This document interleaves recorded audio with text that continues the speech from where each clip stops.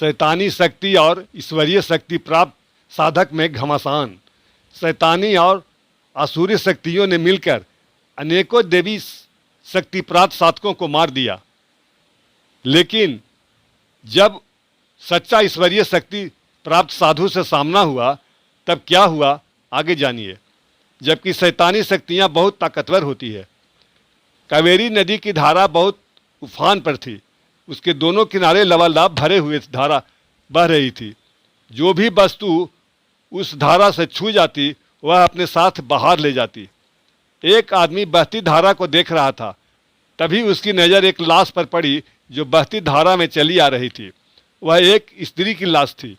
उसने एक बांस के सहारा से उसे निकालने के लिए सोचने लगा और पानी से निकालकर किनारे पर रखा।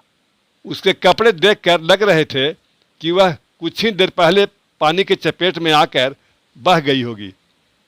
बस्ती वहाँ से दूर पर थी, लेकिन वही किनारे पर एक पुराना शिव का मंदिर था जिसमें पूजा नहीं होती थी। उसमें एक अघोरी रहकर साधना करता था। उस आदमी ने सोचा इस स्त्री को वहीं ले जाते हैं, शायद वह अघोरी उसे जिंदा कर दे। वह उस अघोरी के पास जाकर कहा, बाबा इस औरत को देखिए और इसे बचा लीजिए। बाबा ने कहा, लिटा दो। फिर आगे एक मानव हड्डी लेकर अपने अनुसार कुछ क्रिया करने लगा। धीरे धीरे उस स्त्री की शरीर में कुछ हरकत होने लगी। वह हिलने डुलने लगी। फिर उसने स्त्री की जगह मर्द की आवाज़ में कहा, तुम क्या कर रहे हो? मैंने उसके शरीर में प्रवेश कर इस पर पूरा कब्जा कर लिया है, तुम छोड़ दो। अघोरी को यह समझते देर नहीं लगी कि उसकी रूह निकल गई है और उसके खाली शरीर में असुरी शक्ति ने अपना कब्जा कर लिया है। लेकिन वह यह नहीं समझ सका कि यह हल्की ताकत वाली नहीं, खूंखार और अनेकों ताकतें वाली प्रेत ने कब्जा किया है। लेकिन अघोरी उस स्त्री की आत्मा और उसके प्राण को खोजने की कोशिश करने लगा कि शायद उसके शरीर में प्राण कहीं अटका हो।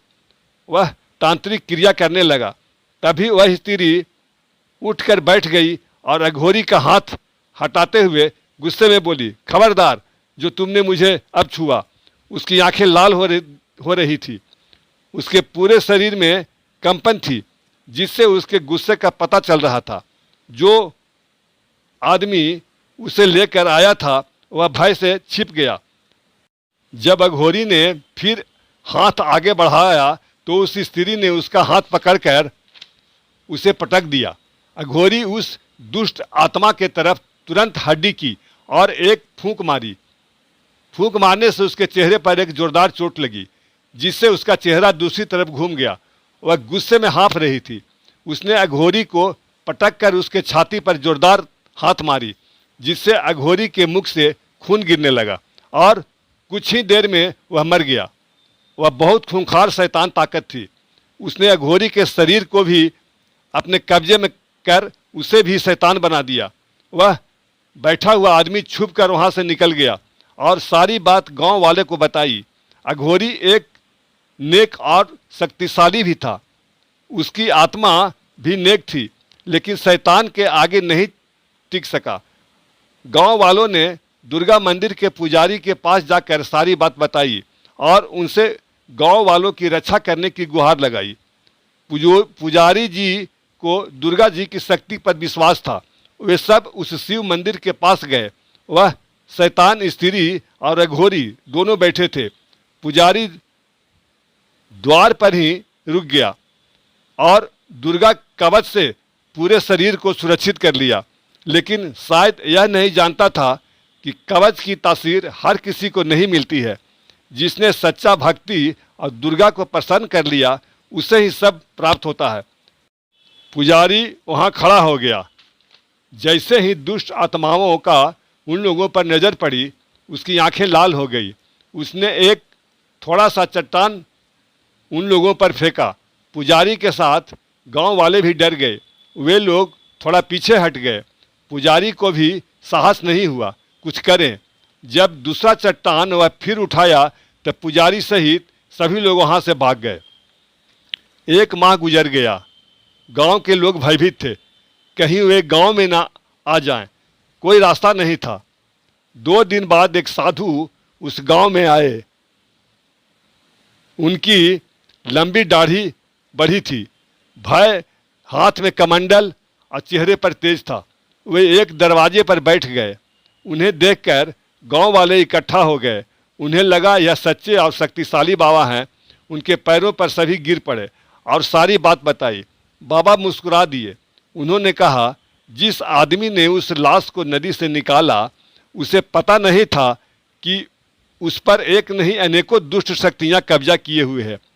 हो सकता था निकालने वाले को ही नदी में डुबो देता, लेकिन उसका नीयत पवित्र और नेक था। शायद कोशिश करके करे तो यह बच जाए। जो ईश्वर को पसंद आया और अचानक मुझे इस तरफ भेज दिया।